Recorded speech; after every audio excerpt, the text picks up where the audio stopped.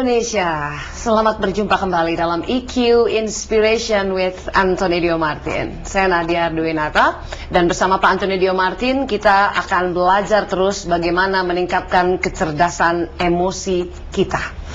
Pemirsa, orang bijak bilang pemimpin yang efektif bukanlah ditentukan oleh berapa banyak dia punya anak buah, tapi justru berapa banyak dia bisa menghasilkan para pemimpin-pemimpin baru. Nah, ini sebuah tantangan. Untuk itu dalam perjumpaan kita dengan Pak Anthony Dio Martin, kita akan bicara seputar masalah itu ya, seputar bagaimana menghasilkan pemimpin baru dengan cara memperlakukan dia sebagai coach. Jadi Anda adalah pemimpin sebagai coachnya. Pak Anthony, apa kabar? Baik, salam antusias Mbak Nadia. Salam antusias. Ini saya tertarik jadi ngomong sendiri karena menjadi bagi para pemimpin untuk menjadi coach, kita nggak boleh menggunakan kata-kata, pakai kosakata sulit lah ya. Tapi ini adalah sebuah challenge betul. Karena semua orang butuh latihan juga untuk menjadi orang yang pendengar yang baik lah, seperti itu. Betul. Nah sebetulnya Pak Anthony mungkin di awal bisa menjelaskan kepada kita dulu ya pemirsa ya tentang apa itu yang dimaksud dengan coach, coaching, jadi pemimpin mengcoach si karyawannya. Ya, sebenarnya konteksnya bukan cuma karyawan saja sebenarnya. Everybody need coach sebenarnya. Semua orang butuh coach. Bahkan seorang Tiger Woods sekalipun yang sudah begitu profesional, yang begitu luar biasa, seorang David Beckham butuh seorang coach. Karena alasannya sederhana, bahwa setiap orang itu punya yang disebut dengan stokoma. Stokoma itu istilah kita untuk mengatakan daerah butanya kita gitu. Bahwa ada wilayah-wilayah tertentu yang orang lain melihat, kita nggak melihat. Bahwa orang lain bisa melihat bahwa posisi itu butuh diimprove, tapi kita melihat bahwa tidak melihat bahwa sisi ini adalah sisi yang perlu kita improve. Nah, itu sebabnya kita butuh orang lain. Orang lain itu tentunya seseorang yang mengerti tentang apa yang kita kerjakan, apa yang kita lakukan, sehingga kita bisa menuntun kita menjadi lebih baik. Sebenarnya kalau kita bicara tentang coach, ada dua tujuan yang paling utama sebenarnya. Membuat sesuatu yang belum bagus menjadi bagus, atau sesuatu yang sudah bagus bisa diimprove menjadi lebih luar biasa lagi. Sebenarnya kan inti di coach adalah seperti itu sebenarnya. Nah, ini menarik, tadi saya menggaris bawahi kalimat tentang kita butuh orang yang memberitahukan kita, karena semua diri kita ya pemirsa punya stokoma itu tadi. Kita buta dalam hal itu. Nah, hati-hati mencari orang yang akan memberitahukan kita itu. Nah, para pemimpin diharapkan bisa mencari tahu. Maksud saya di dalam dunia manapun ya, pelatihnya Tiger Woods, Beckham, ataupun kita orang-orang bisnis misalnya ya, perlu coach itu yang mengerti tahu itu. Gimana caranya untuk mengetahui bahwa ini orang yang tepat untuk menjadi coach saya? Ya, tentunya salah satunya adalah orang tersebut harus punya personal mastery. Artinya pertama-tama yang kita sebut sebagai orang yang layak menjadi coach tentunya adalah haruslah orang yang mengerti tentang bidang itu. Ya, kita tidak akan di coach sama orang yang tidak menjadi lebih baik daripada diri kita. Artinya orang yang bisa melihat juga kekurangan-kekurangan kita sehingga bisa diimprove. Nah, terutama di dalam konteks kali ini, kalau kita berbicara dari sisi karyawan, kalau dia seorang bos, tentunya harusnya berarti karir dia sudah jauh lebih baik di atas dari karyawan yang di coach, sehingga dia tahu sebelum apa saja yang kurang supaya si karyawan tersebut bisa menjadi lebih baik, memperbaiki kekurangannya atau menjadi jauh lebih baik. Nah, itu sebabnya, dan ini menjadi sebuah masalah yang besar di dalam perusahaan. Karena banyak pemimpin hanya sekedar menduduki posisi tapi tidak mengerti perannya bahwa dia harus mengcoach anak buahnya. Beda antara ada coaching sama counseling tuh di mana nih? Mungkin pemirsa kita sudah familiar dengan kata-kata ini. Mungkin Pak Anthony bisa meremind lagi kita ya. Biasanya kedua kalimat ini seringkali dipadukan ya, coaching and counseling, karena seringkali nggak terpisahkan sebenarnya. Dulu paradigma dulu masih seringkali memisahkan bahwa coach itu banyak berkaitan dengan skill, keterampilan, kompetensi, sementara counseling lebih banyak berhubungan dengan masalah-masalah psikologis. Iya, sifatnya interpersonal atau psikologis. Tapi pada dasarnya kalau kita bicara dalam konteks bisnis, terutama khususnya, apalagi kalau kita bicara mengenai dalam lingkungan pekerjaan, seringkali keduanya nggak bisa dipisahkan gitu. Karena skill seringkali berhubungan juga dengan masalah psikologis, atau masalah psikologis juga nggak bisa dilepaskan dari tempat konteks kerja. Sehingga kalau kita mengatakan coach, sebenarnya dengan sendirinya inherent gitu, sudah terkandung masalah mengenai konseling itu juga. Ya, karena seorang coach juga tentunya harus peduli apa sebenarnya kendala-kendala psikologis nggak, kenapa dia nggak perform sebuah pekerjaan. Mestinya seorang coach yang baik bisa memahami konteks psikologis itu. Jadi menurut saya yang disebut dengan coach itu sendiri, di dalamnya sendiri sebenarnya sudah terkandung unsur konseling itu. Iya. Idealnya setiap organisasi atau perusahaan-perusahaan bisnis itu memiliki punya ini divisi khusus, atau bisa siapapun yang sudah level punya anak buah? No. Saya merasa bahwa justru ini harus dimasukkan kepada setiap pemimpin. Ini jiwa yang mesti ditanamkan kepada setiap pemimpin. Pada saat ketika seseorang naik menjadi seorang pemimpin, mau level apapun, ketika dia punya anak buah, spirit untuk melakukan coach itu sudah harus punya gitu.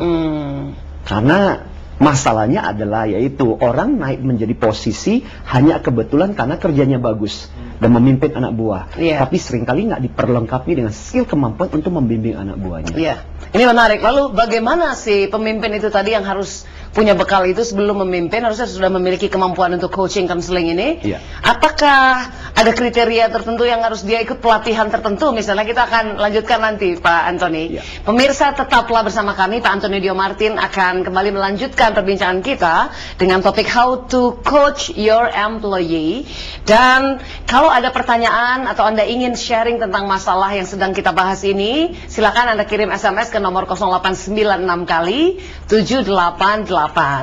Ada hadiah nih untuk Anda dari Pak Anthony. Ini ada CD audio transformasi personal, Management Entrepreneurship, Becoming a Star Employee. Ya, ini free untuk Anda yang mengirimkan SMS ke nomor yang ada di layar. Ya, Anda bisa menyampaikan pertanyaan atau juga mungkin sharing langsung, dan mendapatkan ini nanti akan dipilih oleh Pak Anthony Dio Martin. Oke, kita lanjutkan perbincangan ini sesaat lagi.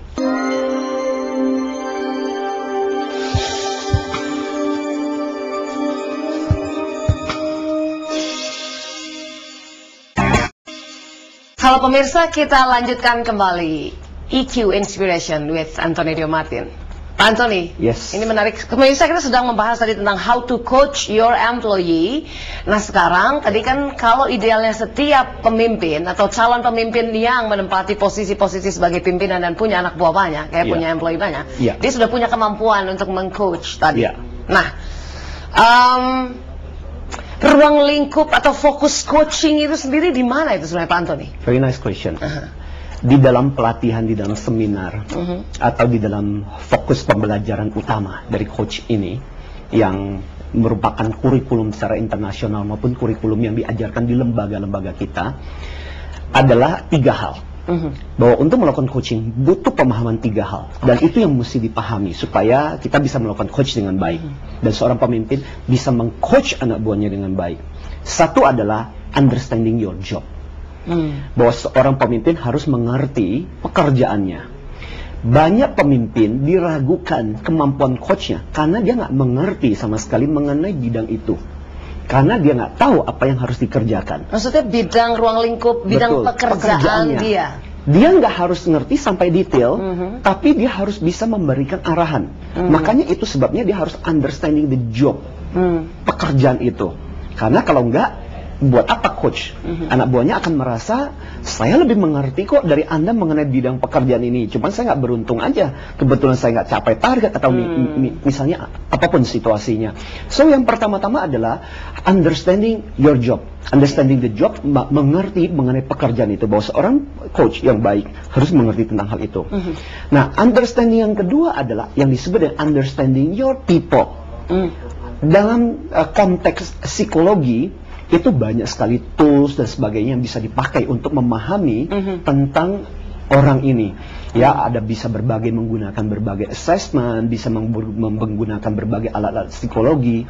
Karena dalam beberapa kasus, contohnya, kadang-kadang yang sering kali muncul adalah orang tidak mengerti anak buahnya, sehingga menuntut anak buahnya sesuai dengan tipenya, sesuai dengan gayanya.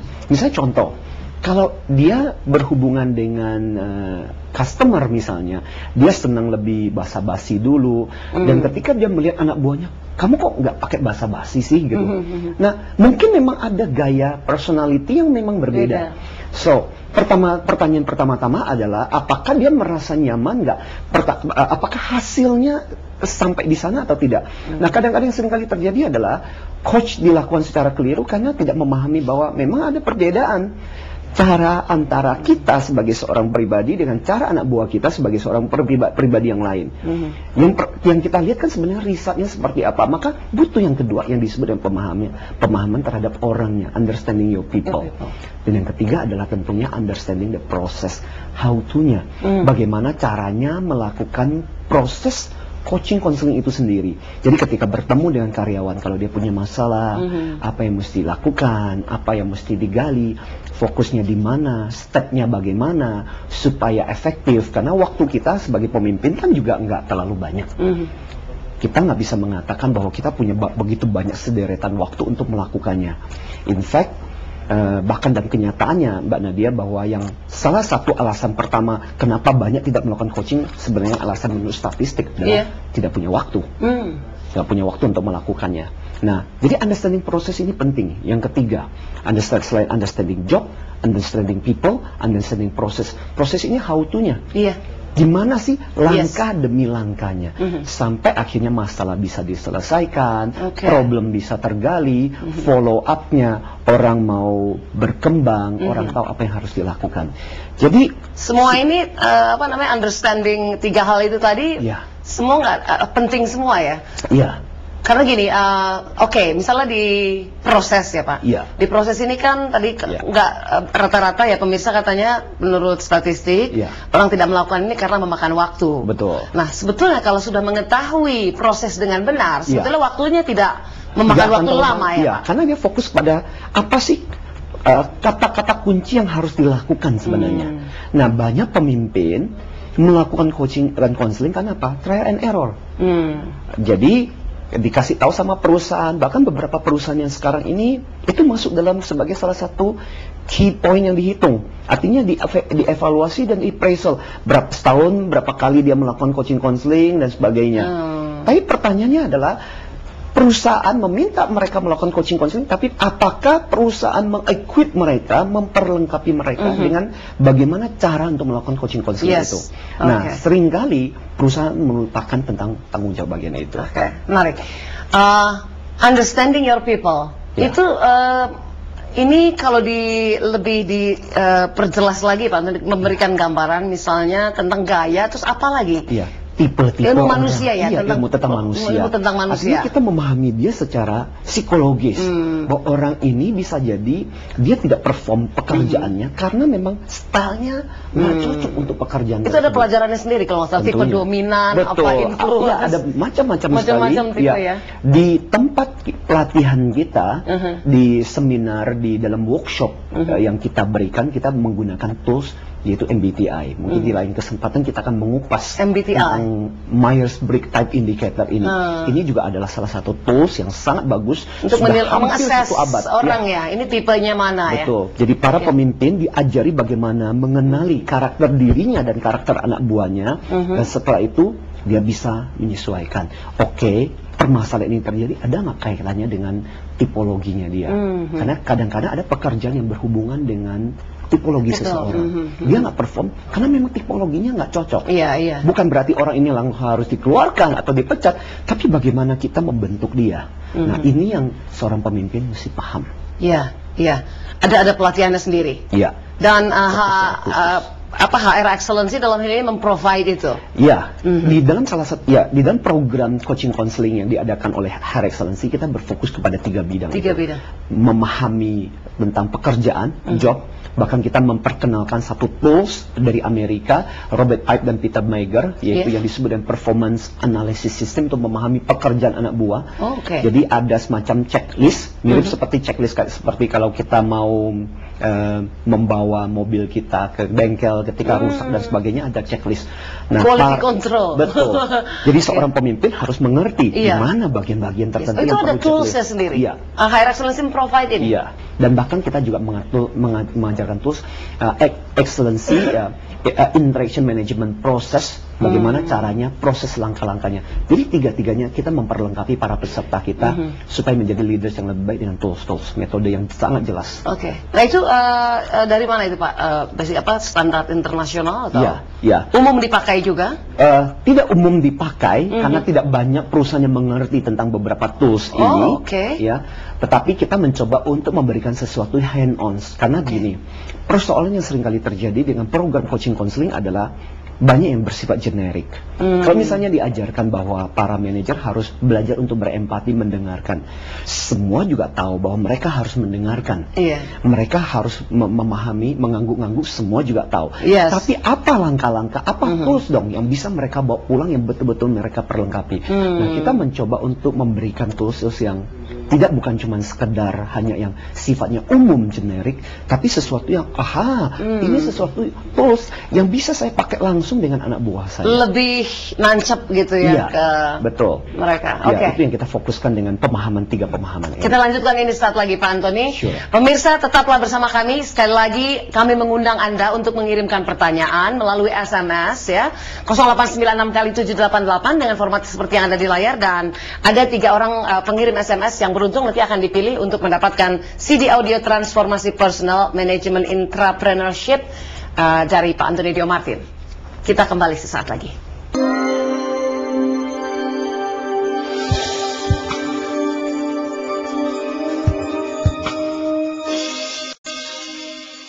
Terima kasih pemirsa, Anda masih bersama kami EQ Inspiration with Antoni Dio Martin. Kita lanjutkan kembali. Pak Antoni bersama kita. Pak Antoni ini adalah EQ trainer di Indonesia, dan termasuk yang the best EQ trainer in Indonesia, ada yang mengklaim seperti itu. Kemudian juga Pak Antoni penulis buku dan juga speaker, trainer, dan tadi punya HR Excellency juga yang memprovide service atau jasa untuk Anda yang memerlukannya. Ini dalam bidang emotional quotient, bisnis, dan juga ini life and business kelihatannya Pak. And leadership. Karena itu ilmu tentang manusia ya, bagaimana bawakan. Kita lanjutkan kembali pemirsa, ini tentang how to coach your employee. Tadi menarik sekali Pak Antoni di segmen sebelumnya Anda mengatakan tentang ada 3 fokus utama coaching ya, understanding your job, understanding your people, dan understanding your process. Nah, itu kalau 3 hal itu belum dikuasai, ibaratnya sudah. Tapi sebelum itu Pak Antoni juga bilang untuk menjadi coach kriterianya adalah harus mastery yourself. Ada 3 sebenarnya. Ada 3. Saya ingin menegaskan juga kepada para leader gitu tentunya bahwa ada 3 hal penting yang dibutuhkan seorang coach untuk bisa melakukan seorang coach. Satu adalah filosofi dia. Filosofi dan arti bagaimana dia melihat seorang bawahannya. Banyak pemimpin yang merasa terchallenge, banyak pemimpin yang merasa takut bahwa kalau dia menciptakan lebih banyak pemimpin, dia akan tersaingi dan sebagainya. Jadi filosofinya sendiri, bahwa filosofi yang pertama-tama adalah filosofi kita seorang pemimpin adalah justru ketika saya bisa meng-coach anak buah saya lebih baik, saya bisa bergerak ke dalam posisi, bergerak ke dalam pekerjaan yang lebih strategis lagi. Ini filosofi hidup nih ya? Betul, karena banyak coach yang merasa tidak aman untuk melakukannya. Terancam justru kalau meng-coach. Jangan-jangan saya sedang membesarkan anak macan nih. Ketika dia sudah besar malah saya diterkam. Nah, itu banyak pemikiran menurut saya racun yang menghinggapi para pemimpin kita, sehingga mereka kalau di pekerjaan di dalam konteks bisnis kadang-kadang kita melihat bahwa mereka spend sedikit waktu sekali untuk hal seperti itu. Jadi filosofi merasa perlu untuk mengembangkan anak buah itu sama sekali nggak terpikirkan. Dan ujung-ujungnya apa yang terjadi adalah yaitu pekerjaan juga akhirnya kembali kepada dia lagi. Saya pernah mengalami mengalami kasus di mana akhirnya sebuah pekerjaan menjadi stuck Gara-gara si atasan ini nggak pernah mengembangkan anak buahnya, sehingga semua pekerjaan kembali lagi kepada si atasan, balik lagi kepada atasan, menunggu dia untuk mengambil keputusan. Karena anak buah nggak pernah di-coach, nggak pernah dikembangkan. Tapi apakah itu ancaman kalau misalnya anak buahnya berhasil di-coach dan ada pemimpin-pemimpin baru dilahirkan? Bagaimana kita setelah kita bisa mengembangkan anak buah kita, kita naik kelas ke kelas yang lebih tinggi atau level yang lebih tinggi? Nah, ini cara pandang, mindset ini berarti ya. Jadi persoalan terbesar kenapa tidak terjadi coach adalah karena insecure. Kalau pengetahuan saya cuma 10, saya berikan 10, habislah saya.